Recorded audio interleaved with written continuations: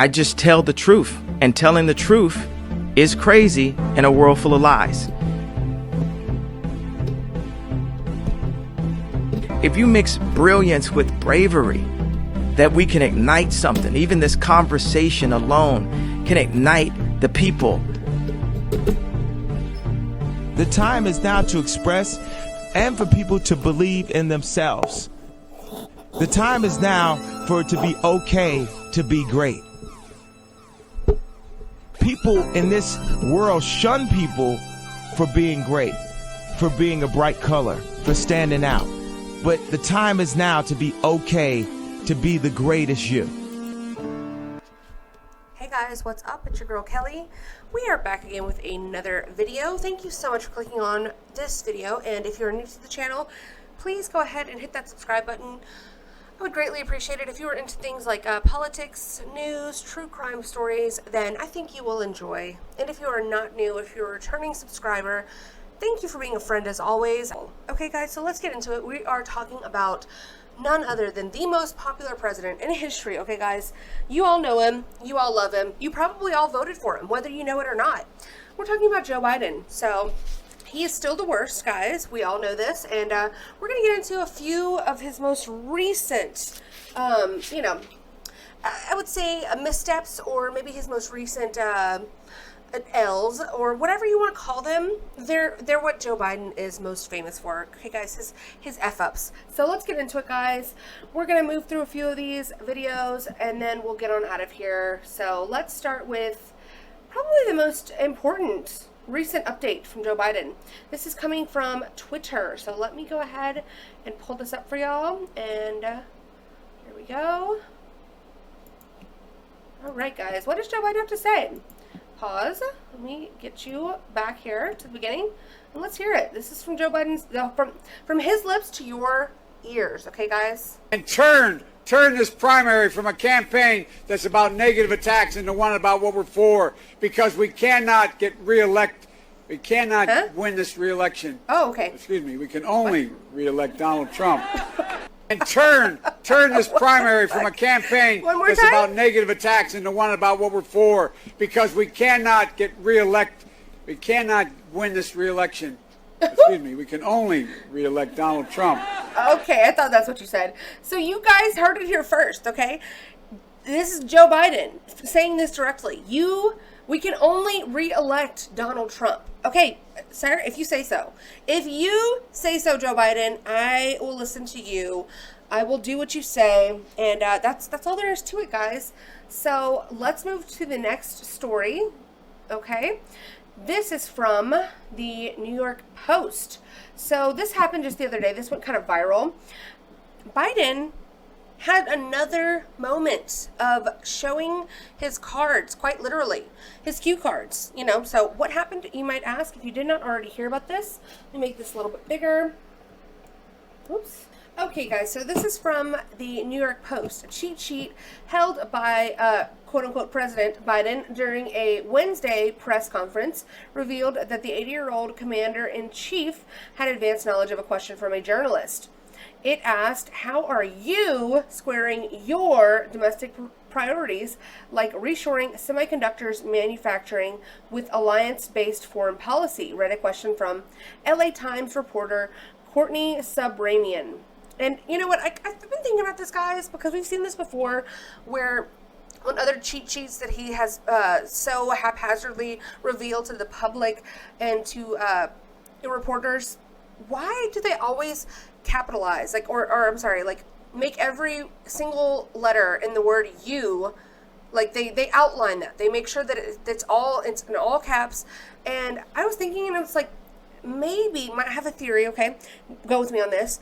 Maybe it's because we've seen Karen Jean-Pierre accidentally refer to Biden's administration as President Obama, right? Okay, guys, and we all saw the video of Obama saying that he would have liked a third term with a puppet in place of him, so where he could basically run the show from behind the scenes and have somebody basically just like an empty suit up there.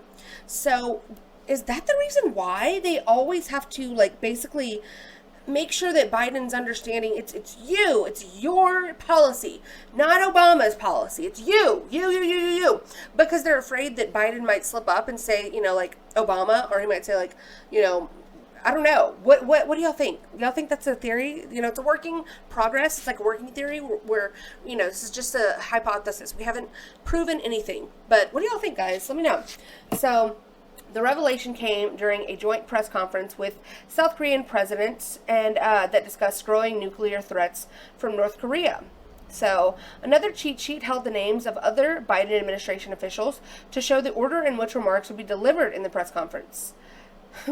It's not the first time Biden's crib notes have been outed by speedy photojournalists, which fuel Republican speculation about his mental acuity. His physician reported the president was in good health in February, but refused to field questions from reporters about his cognitive strength. So I think we can all see his cognitive strength. And here is the note card that he revealed to a photog, showing basically who this journalist was, what she looked like, who she was with, and her question. Lot of information there. And again, here's another another cue card that he showed to journalists, and it's just an utter clown show here, guys. So he's had many missteps like this. Here is the full version of that, or the more clear and legible cue card, and you can clearly see the question right there. It's even got like a little reminder on the topic. Okay. Question number 1. He knows which order to ask the questions in. So people were trying to come out and say, oh, she didn't submit this, like the LA Times came out and said that, this was false. They did not submit this question in advance. And I'm going to let you guys decide for yourself, because even Karen Jean-Pierre came out and said that this is not true. There was no question submitted in advance. You guys are all crazy. Don't believe your lying eyes. So let's just see if they have any merit to this. Okay, we all just read that the actual question on the note card was, how are you squaring your domestic priorities like reshoring semiconductor manufacturing with alliance-based foreign policy? And the question that was actually asked at the event was, your top economic priority has been to build up U.S. domestic manufacturing in competition with China, but your rules against expanding chip manufacturing in China is hurting South Korean companies that rely heavily on Beijing. Are you damaging a key ally in the competition with China to help your domestic politics ahead of the election? So I don't know, guys. Seems pretty similar. I think maybe if anything, they are definitely offering up a at least a topic that they're going to ask a question about, if not outlining a specific area of that topics, because those questions are mighty similar. I would say they're pretty much the same thing with just more word salad added. So what do y'all think? Let me know in the comments, guys. All right, moving on. Let's see what else has Joe Biden been up to. Well, thank you very much.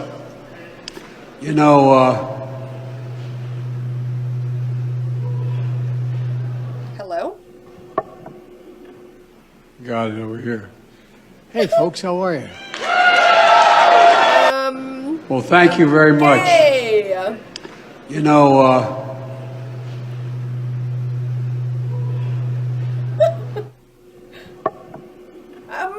Got it. So the only thing I can think is that, like, maybe y'all heard that, like a buzzing sound. Maybe he heard that and was trying to, like, tap it to like, he thought the microphone was malfunctioning. I don't know, but it seemed like he had an MK Ultra moment there. What do y'all think is the problem with Joe Biden? And is he having rebooting issues? Is the programming not going well? Y'all let me know, because I'm trying to give him the benefit of the doubt there, because I'm just rewatching it. I heard it sounded like maybe some sort of feedback was coming through on the microphone. It's still a weird moment, because he's talking to the crowd there, and then he stops mid-sentence and tries to go and tap the microphone, or does something where maybe he switches microphones, and then completely changes, pivots his focus from the audience to some people on the rafters behind him. I don't know. It's weird. Either way, Joe Biden's a weirdo. Okay, so now I want to get into some of these other things that he has recently said at the White House Correspondents' Dinner, which happened over the weekend. We're going to watch this 4-minute video and react to it and just see some of his comments and his little speech that he made, which if you guys don't know, the Correspondents' Dinner is all of the quote-unquote journalists, using that term very lightly, who cover the president and the White House and all of the government agencies. You know, supposedly they're supposed to be covering these things, right? A lot of these journalists are bought and paid for, though. They are just another arm of the, the government. They're an extension of the government. So it's kind of a joke. You will never see independent journalists at this White House Correspondents' Dinner. You will never see conservative media organizations. I mean, real conservatives like the Daily Wire or like, even the Blaze or any independent journalists like Matt Taibbi or anybody from Substack. These are all mainstream media personas. These are all people who are in the pocket of Joe Biden and the administration. And I think that I saw Peter Doocy there, which of course they're going to make sure they show him so they can say, oh, we have Fox News up here. But as we all know, Fox News is, just a longer extension. They are just more further out, so you can't tell that they're also under the umbrella. But we all know that the right and the left arms are just of the same bird, right? Okay, it's all the same thing. So let's get into this remarks from Joe Biden. In a lot of ways, this dinner sums up my first 2 years in office. I'll talk for 10 minutes, take 0 questions, and cheerfully walk away. Yeah, fucking clapping seals. Clapping for that. Yeah, I know. I just announced my re-election campaign. Some of you scooped that I'd announced in the video. But really, you really all thought in your heart that I just blurted out, didn't you? What? Yeah, we know you're an idiot. And look, I get that age is completely reasonable issue. It's on everybody's mind. And everyone, by everyone I mean the New York Times. Headline, Yeah, please. Biden's advanced age is a big issue. Trump's, however, is not. Sorry, that was a New York Times pitch spot. I apologize. I love that guy. I should do an interview with him. You might think I don't like Rupert Murdoch. That's simply not true. How could I dislike a guy who makes me look like Harry Styles? What? Call me old. Excuse me. I'm sorry. Harry Styles. What? Just because Rupert Murdoch's in his 90s, he makes you look like Harry Styles? What does that joke even fucking mean? And these people are sitting and laughing and clapping for him this entire speech. It is a joke. It is such a joke. If this does not show you that they're all in this together, there's no actual pushback against policy and against power. I don't know what else would show you that, because this is a clown show. I call it being seasoned. You're extra salty. You say I'm ancient. I say I'm wise. You say I'm over the hill. Don Lemon would say that's a man in his prime.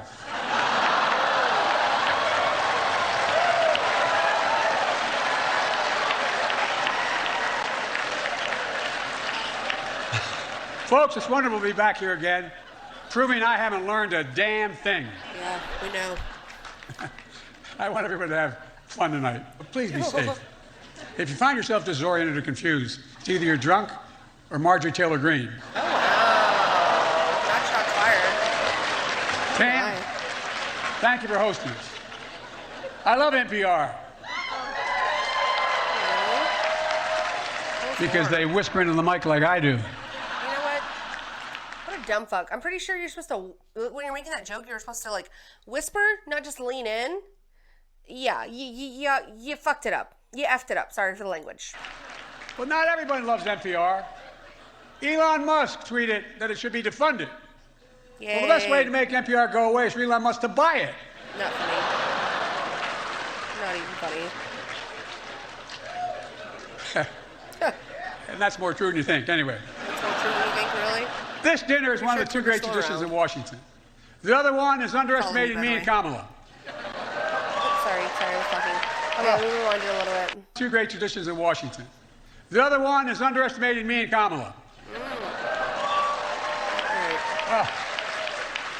But the truth is, we really have a record to be proud of.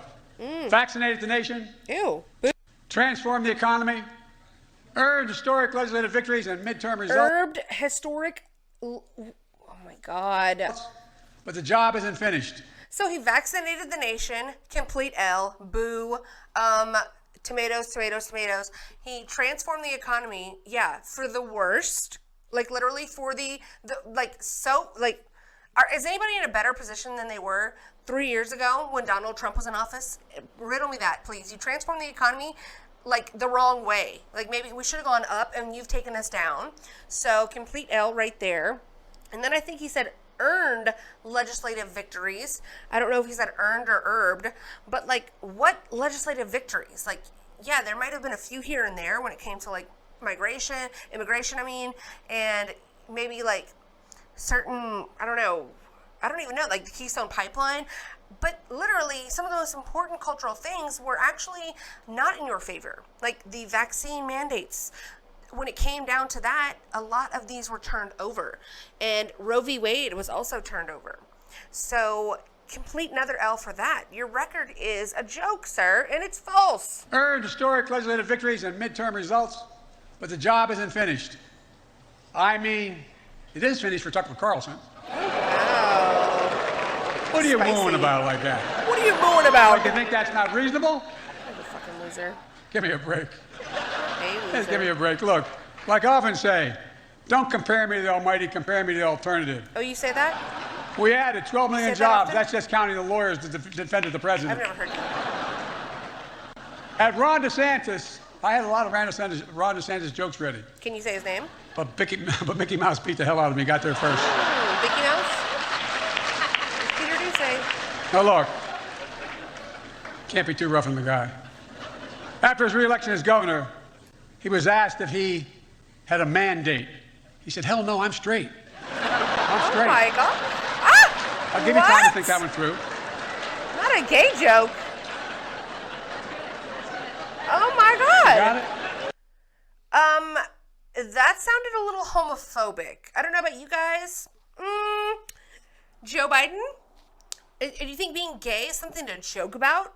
Because I think you're a bigot. That was kind of funny, though, actually. That was like his best joke. I mean, shots fired? Question mark. What is going on?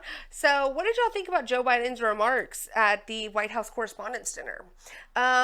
Overall, complete and utter failure, as usual, from Joe Biden, and very saucy jabs thrown, surprisingly. Most of them not funny. The last one of Ron DeSantis was pretty keck, but still very cringe because you're joking about being gay now. What is this? What is this going on right here? Bigotry? Okay, we don't like it. We don't stand for it, Biden. So another person that likes to clown Joe Biden is none other than the great Donald Trump. So time you'd get up and say, I'm running for president. Where am I going? Where the hell am I going? I want to get out. Oh. No, over there.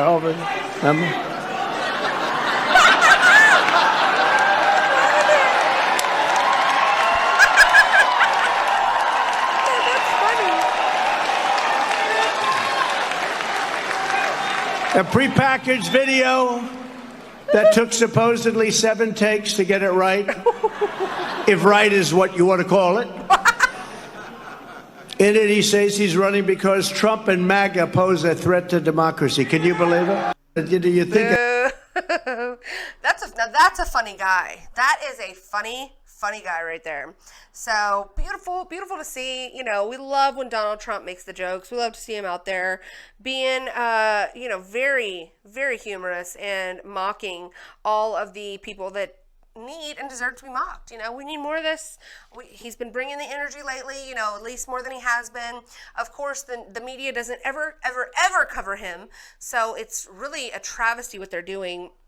because if people actually did get to see him and see what he was doing and watch him, then I think it would draw a lot more people over. But you have to actively seek it out if you want to see any Donald Trump content, which is an utter shamble, and it is just complete mockery to our system of governance and our free and fair press, quote unquote. It's just a joke, really. So let's go on to the next thing, guys. Okay, guys, so the next thing, speaking of the media, while we're here, I wanted to show y'all this video here that went utterly viral. Shouldn't we be talking? Excuse me. Okay, so while we're on the subject of the media, I wanted to show you guys this video, which went viral, that was completely epic. Okay, this is obviously not about Joe Biden. This is about the media in general. But I thought this was very important, and I'm probably going to play it all the way through. I might have like a few things to say, so I might stop it periodically, but for the most part, he's going on a tear into these people. So I'm going to let him speak as the king that he is, absolutely demolishing these people. So he told all the media there, including New York Times, that Tucker Carlson was fired and Julian Assange is in detention for doing your job. This was at an event, basically, I guess, executive editors for New York Times, Washington Post, LA Times, Reuters, and on their censorship of Seymour Hersh, Uhuru, Julian Assange, Tucker Carlson, and Russiagate. Okay, so then he was pushed out by the Dean of Columbia and security, and he was pushed to the ground, and they tried to silence him. So let's let it rip, guys. Is this a better video down here? Let's see what this is. Yeah, let me go ahead and play this one. Okay. Me lie, Watergate. Oh, is this the lecture hall with Seymour Hersh? I'm looking for the one with Seymour Hersh because it's a policy and press hall event. So shouldn't we be talking about the Nord Stream since that's the biggest story of the century? And you guys, you know, I mean, you have the executive editor of the New York Times there who came out with a phony story to try and block Seymour Hersh. It's just kind of funny how that happened, you know? I mean, did you even acknowledge Seymour Hersh? All of you are executive editors of papers that broke Pentagon, Me Lie, Watergate. Is this the same papers or not? I mean, is there anything you've gotten right in the last 20 years, or am I mistaken about that? I mean, it's just kind of funny because Iraq, wrong. Syria, wrong. Russiagate, really wrong. Okay, I mean, the list goes on and on. So the last thing you could do to try and actually fix your reputation. Hold up. I want you guys to watch this fucking loser, okay?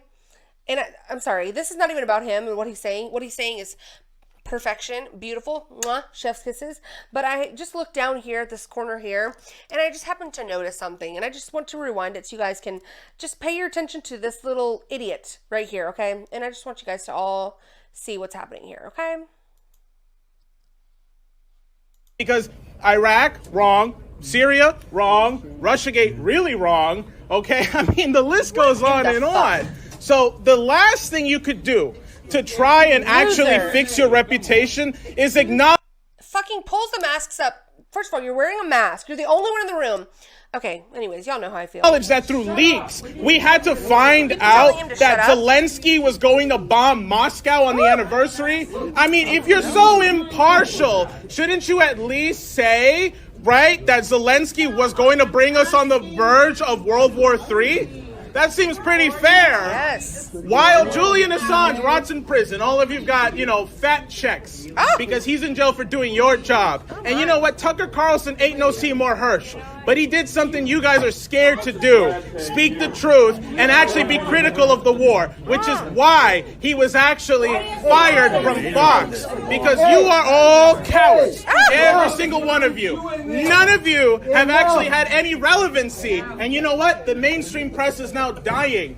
Nobody's ever going to listen to you again. You have no credibility with the public. The only people who care about what you have to say are elite assholes who have nothing productive to say anymore, and it's dying off.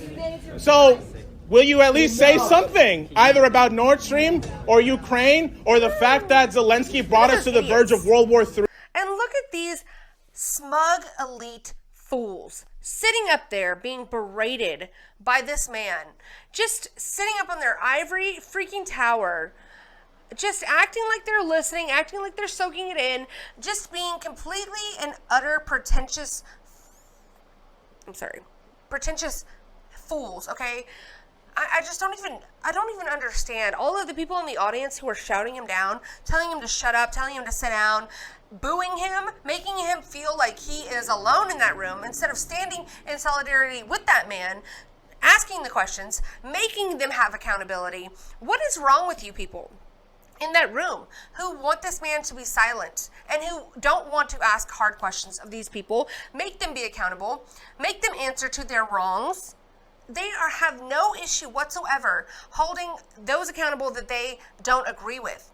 But when it comes to people that they are on the same side as, they're going to cover, they're going to lie, they're going to cheat, they're going to steal to advance their narrative, their agenda, and it is wrong, and it is sick, and that is not what journalism is. So when people like this actually stand up and confront these people, and they get shouted down or booed, it makes me sick to my stomach, because it is so indicative of the sheep-like, cult-like society that we live in. And if you don't have that within you that says, like, let this man speak, like, we want to know, we want answers, we want to question the narrative, then you are no doubt one of the sheep.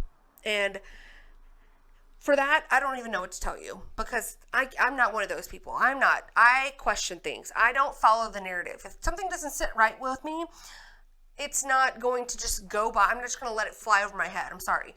I don't have that in me. And maybe it takes a certain IQ level to actually be able to question things and not just parrot what you hear within the media. But if that's the case, then I don't know. Maybe we need to reform our voting laws and really determine who it is that's allowed to either be in media or have a vote or be a politician, because maybe there needs to be some sort of IQ measure or something, because this is getting to the point of ridiculousness. And the only reason we knew about that was through leaks. Go ahead. It's a free speech event, right? You guys are the press. Let's say something here. Mr. Khan, come on. You're the executive editor of the New York Times, I'm just trying to get into some good trouble here, man. Woo. Listen, Karen, get out of my face for a second. I got to talk to these gentlemen. Not Karen. Okay. Well, I just want to hear what they have to say. Go ahead, I'm done. Wait your turn. You're not going to tell them to you. Come. Wait your turn. You could project if we can't. I would just say, I think it's important to hear everybody's point of view. Yeah. So, thank you. All right. I do think that we need to give our moderator a chance to ask other questions. We're on the verge of World War III. Yes. We're not doing that. We're not doing that. Also do so. We're not doing that, they say. Let's go. Say something about this bombing. We blew up the Nord Stream pipeline. Listen, don't stand there while there are people rotting in prison. Nobody said anything about Uhuru, right? The socialists who are in jail for being critical of this war. God damn it. Oh! Not assault. Let's go. At least say something about the people in jail for being critical of this war. They don't deserve to be in prison right now. Ooh-wee. So what he's talking about there, guys, if you have not heard, there were a group of socialist, so they are an American-based socialist and African internationalist movement led by the African People's Socialist Party, okay? And they were, I believe, out of Florida, recently arrested for basically criticizing the war, the Ukraine-Russia war. Absolutely ridiculous. This is like censorship at its highest level, and nobody should be standing for it. And because they are on the opposite political spectrum as me, I should just not say anything. No, that's absolutely bogus. So I do stand against this. Absolutely, these people should have a right to speak, even if a lot of their views that they espouse are completely against my own. But when it comes to the war, we probably have a lot in common there. I probably agree with most of what they say about it. And I have not actually, looked into their views or anything like that, because it's not something that I'm interested in. I know that if they are socialists, I do not agree with them. But when it comes to their right to speak, I fully support their ability to speak out, especially on things as it pertains to the government and the war. I mean, what the hell? They are anti-war, then I'm okay with them, and they're okay in my book in that regard. Maybe not some of their other viewpoints I would not actually agree with or even want them to be amplified or, you know, whatever, but they still should be allowed to speak. So that was epic. Very good rant from that man, and I loved it, and I thought that it was definitely something that we've been seeing a lot more of, guys.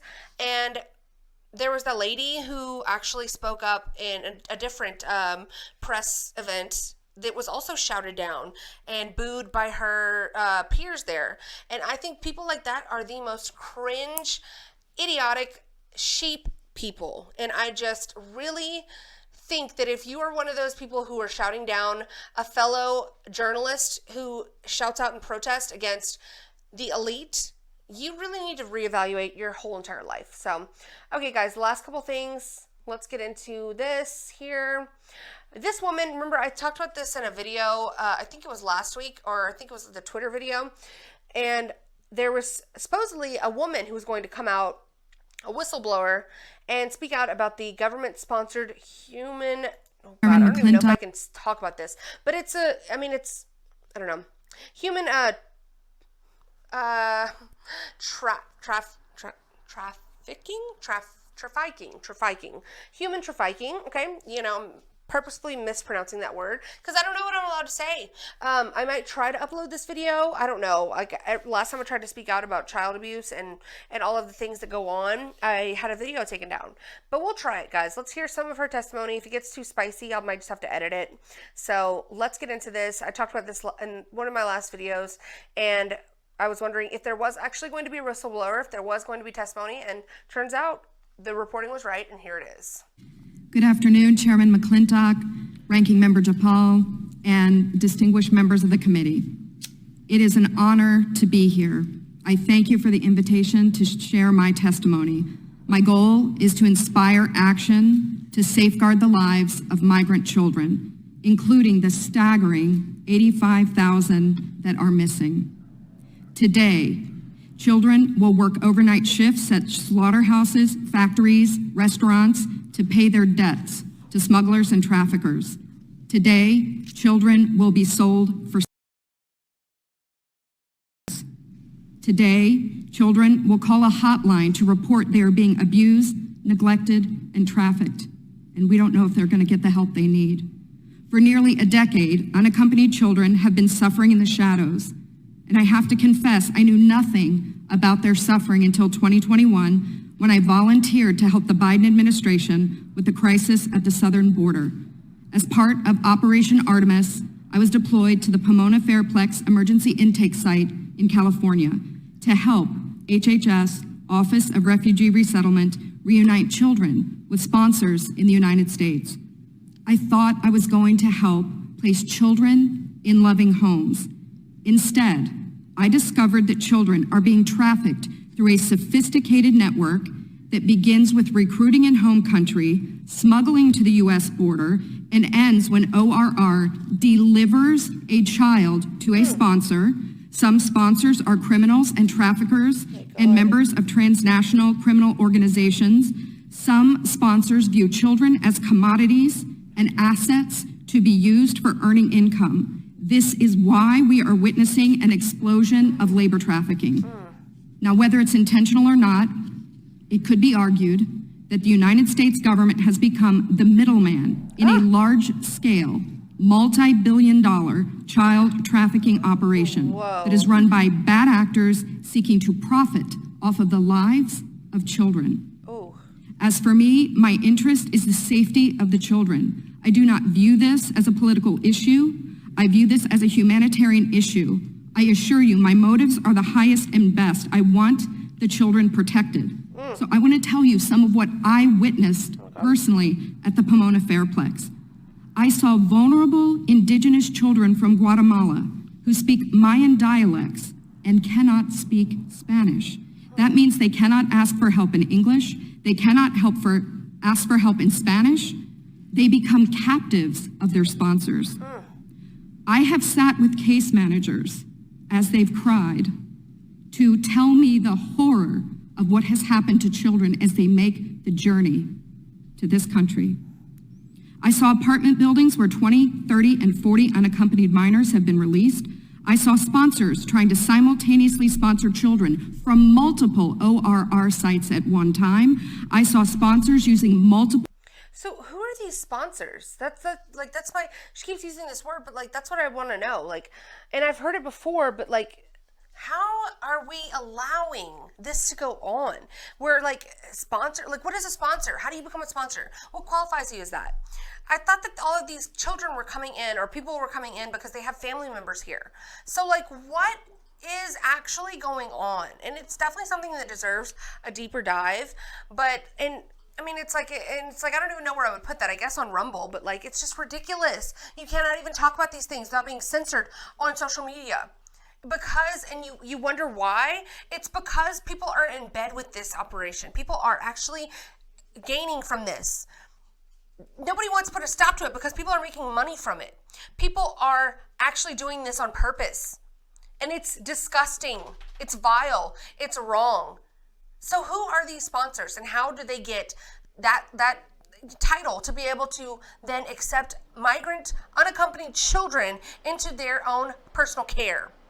What is the process for that? What is going on with that? These are questions that we need answers to.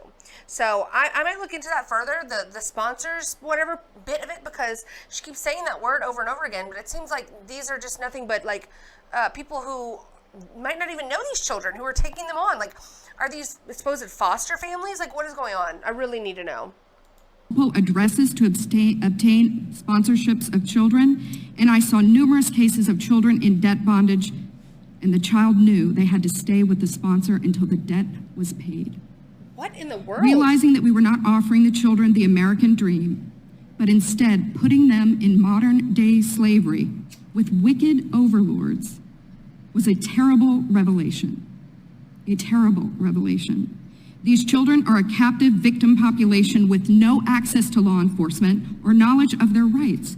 They are extorted, abused, neglected. And that is why I blew the whistle in 2021. I witnessed firsthand the horrors of child trafficking and exploitation. My life will never be the same after what I saw.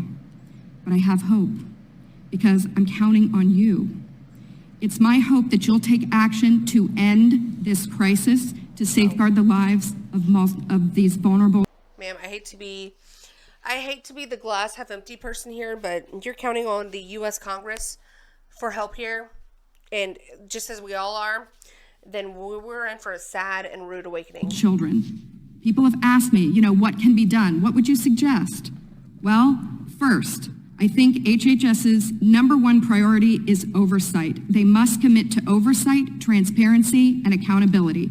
If I could wave a magic wand, this, I believe, could be quickly solved by experts in the IG community. There is a Pandemic Analytics Center of Excellence, or the PACE as we call it.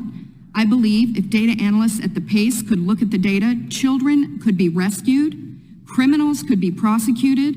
If the PACE had access to this data, it shows where the children are and who has them. I think also we need to change the culture of speed over safety. Speed is the wrong performance measure when dealing with children. We need to revamp the vetting process of sponsors and have case managers who have investigative backgrounds, data analytics backgrounds, some certified fraud examiners. And I think we need to reimagine a system where the sponsor is the accountable party. Sponsors should be required to report to ORR. And lastly, stop retaliating against whistleblowers. Stop retaliating against the people who are trying to tell the truth to save the children.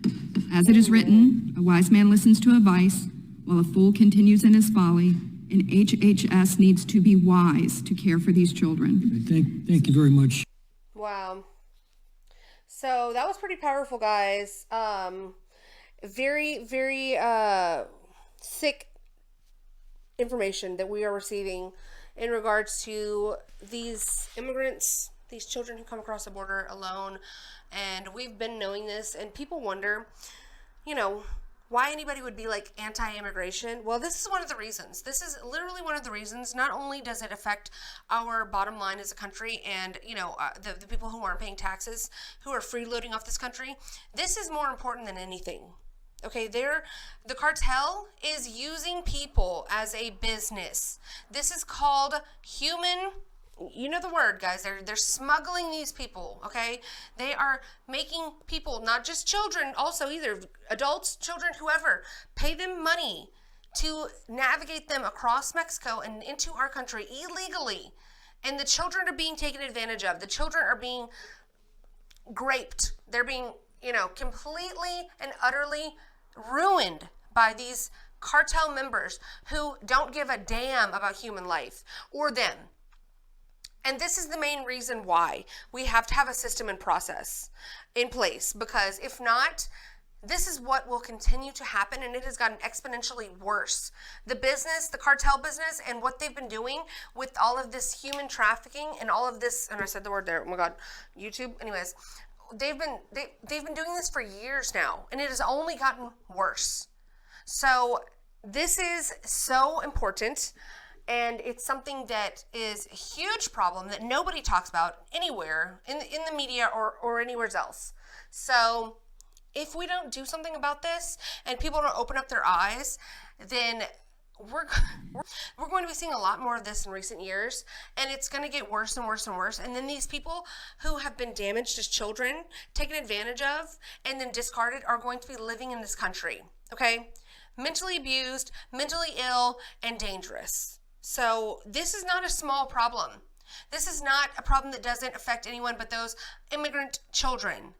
This is a problem for everyone. And if you care about children on any level, you should be outraged about this. So there was one other article I wanted to share with you guys. Another whistleblower, a whistleblower who was planning to reveal explosive information on Biden family corruption has disappeared, apparently. This article came out on the 27th of this year of April. Dr. Gal Luft, the co-director of the Washington-based Institute for the Analysis of Global Security, was preparing to reveal explosive information about a Biden family international corruption scandal. But now he has suddenly gone missing under mysterious circumstances after a Larnaca court had released him on bail. The Cyprus Mail reported Luft was an advisor to CEFC, China Energy, which paid Hunter Biden around $5 million in 2017 alone. Luft said that he was arrested on bogus weapon trafficking charges in January, claiming that it was an attempt to silence him. I've been arrested in Cyprus on a politically motivated extradition request by the U.S., he claimed. The U.S. claiming I'm an arms dealer. It would be funny if it weren't tragic. I've never been an arms dealer. DOJ is trying to bury me to protect Joe, Jim, and Hunter Biden, he continued. Shall I name names? Question mark. We would love for that. We would love for you to, Doctor. Go on. But who knows where he's at now? Luft's lawyers said that he had given the FBI information during the Trump administration on the Bidens, which he planned to submit in a letter to Congress. He also learned that someone was selling sealed U.S. government law enforcement information to Chinese individuals. Dr. Luft is a whistleblower, his attorney, Robert Hinox, told the Washington Free Beacon. He asserts that prosecutors decided against pursuing Luft's information and are instead targeting him with trumped-up and false charges. What a surprise there. This, unfortunately, appears to be part of an attempt to discredit a witness with critical information about an ongoing congressional and DOJ investigation. Luft's lawyer had told the DOJ that his client would submit a letter to Congress containing information on the Biden family he had previously given to the FBI during the Trump administration. Oh my God. The attorney claimed that Yi Jinming, founder and chairman of CEFC USA, a nonprofit created by the China Energy Fund Committee, told Luft that Hunter Biden had an informant in the FBI. Oh, really? Yi, founder and chairman of this CEFC USA reportedly told Luft that Hunter Biden had an informant in the FBI who provided sealed law enforcement information known as One Eye. Yi and his associates allegedly paid lots of money to provide sealed law enforcement information. According to Left, he tried to inform the DOJ in 2019 that Chinese state-controlled energy company had paid $100,000 a month to Hunter Biden and $65,000 to Joe's brother Jim in exchange for their FBI connections and use of the Biden name to promote China's Belt and Road Initiative around the world. You don't freaking say. Isn't that just amazing? So, yeah, guys, this man has now disappeared. I will link this article in the description down below. Isn't that just funny? Isn't that just what a world we're living in, where somebody who has information that could damage the Biden crime syndicate and other Democrats just would go missing? You know, has anybody checked where Hillary Clinton is or Bill Clinton? You know, can we get a head count on them? Make sure they're sitting the fuck down somewhere and not somewhere with a smoking gun. Okay, just a thought. Anyways, what do y'all think down below? Let me know down below, guys. And it's a world we're living in. It's some kind of crazy, corrupt world, guys. And I would love to know, what are your thoughts on everything that we talked about here? Joe Biden being an absolute utter failure and a retard, and just not only to mention that, a corrupt piece of poop, okay? It's very, very sick, okay? Let me know in the comments. Like the video if you liked it. Please go ahead and subscribe to the channel and follow me on Twitter, guys. That would be epic if y'all would do that. Until next time, I will see you guys later. Okay, bye-bye. I just tell the truth, and telling the truth is crazy in a world full of lies. If you mix brilliance with bravery, that we can ignite something. Even this conversation alone can ignite the people. The time is now to express and for people to believe in themselves. The time is now for it to be okay to be great. People in this world shun people for being great, for being a bright color, for standing out. But the time is now to be okay to be the greatest you.